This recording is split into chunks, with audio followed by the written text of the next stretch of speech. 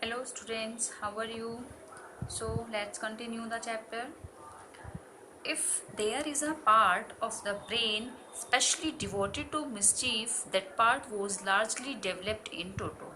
कि अगर शरारत करने के लिए मिस्चीफ मीन्स शरारत माइंड का कोई एक ऐसा पार्ट ब्रेन का कोई एक ऐसा हिस्सा जो स्पेशली शरारत करने के लिए बना है that part was largely developed in टोटो।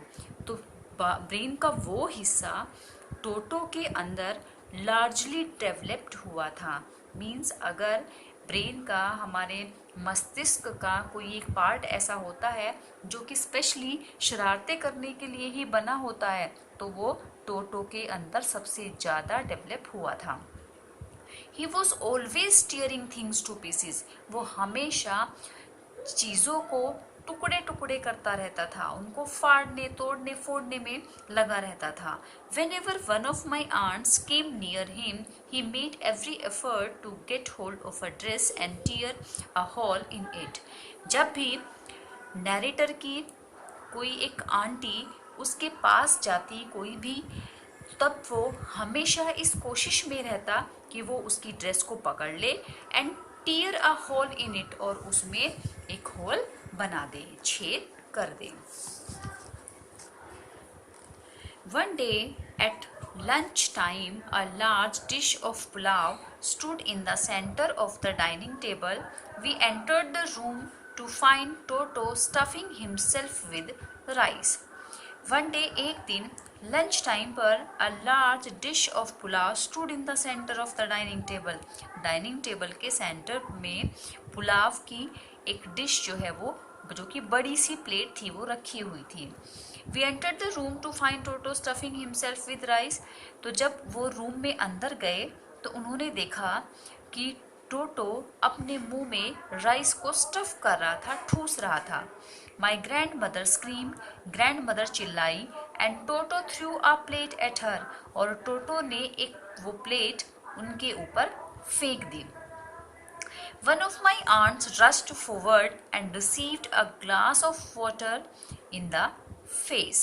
जब नैरेटर की बुआ आंटी वो आगे आई, वो उसकी तरफ दौड़ी, रश मीन्स दौड़ना, तो उस टोटो ने क्या किया, received a glass of water, एक पानी से भरा ग्लास उनके फेस पर फेंक दिया।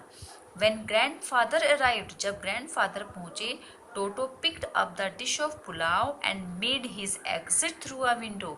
तो ग्रैंड फादर के पहुंचते ही टोटो ने वो पुलाव की प्लेट उठाई और विंडो से बाहर निकल गया। We found him in the branches of the jackfruit tree, the dish still in his arms.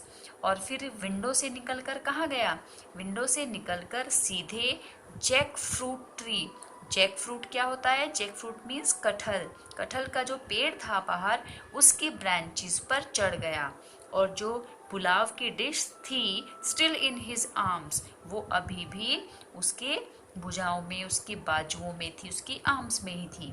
He remain there all afternoon, तो पूरे टाइम वो आफ्टरनून तक वहीं पर बैठा रहा। Eating slowly through the rice, और धीरे धीरे करके उस पुलाव को, राइस को खाता रहा।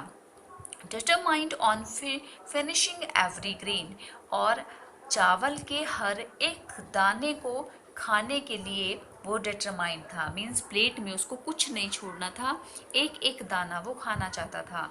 एंड देन, और उसके बाद, in order to spite grandmother who had screamed at him, he threw the dish down from the tree.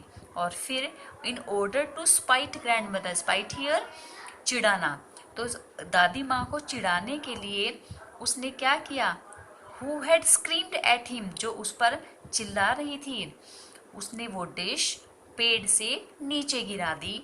And चैटर्ड with delight, और बहुत खुशी से वो चैटर करने लगा, बोलने लगा।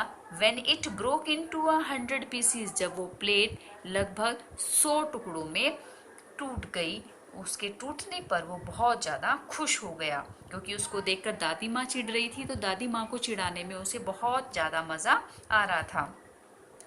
Obviously Toto was not the sort of pet we could keep for long. तो इतने सारे एक्सपीरियंस लेने के बाद, उसकी शरारतें देखने के बाद ये बात ऑब्वियस हो गई थी, क्लियर हो गई थी कि जो टोटो था वो शॉर्ट ऑफ पैट, इस टाइप का, शॉर्ट मीन्स इस तरह का पैट नहीं था जिसको कि लंबे समय तक घर में रखा जा सके। इवन ग्रैंडफादर रियलाइज दैट, यहाँ तक कि ग्रैंडफादर जो उसको लेकर आए थे उनको भी ये रियलाइज हो गया था। We were not well to do and could not afford the frequent loss of dishes. वो कहते हैं कि we were not well to do means वो बहुत ज़्यादा रिच नहीं थे, प्रॉस्पेरस नहीं थे। Could not afford the frequent loss of dishes, और फ्रीक्वेंटली इतनी सारी प्लेटों को टूटना वो अफोर्ड नहीं कर सकते थे। अफोर्ड करना से मतलब होता है कि वो उसको सहन नहीं कर सकते थे। वो जल्दी जल्दी बर्तन फेंक रहा था, कपड़े फाड़ रहा था, पर्दे उसने फाड़ दिए थे, वॉलपेपर उसने हटा दिया था। तो इतना सारा जो ये लॉस हो रहा था, नुकसान हो रहा था, वो उसको बियर नहीं कर सकते थे।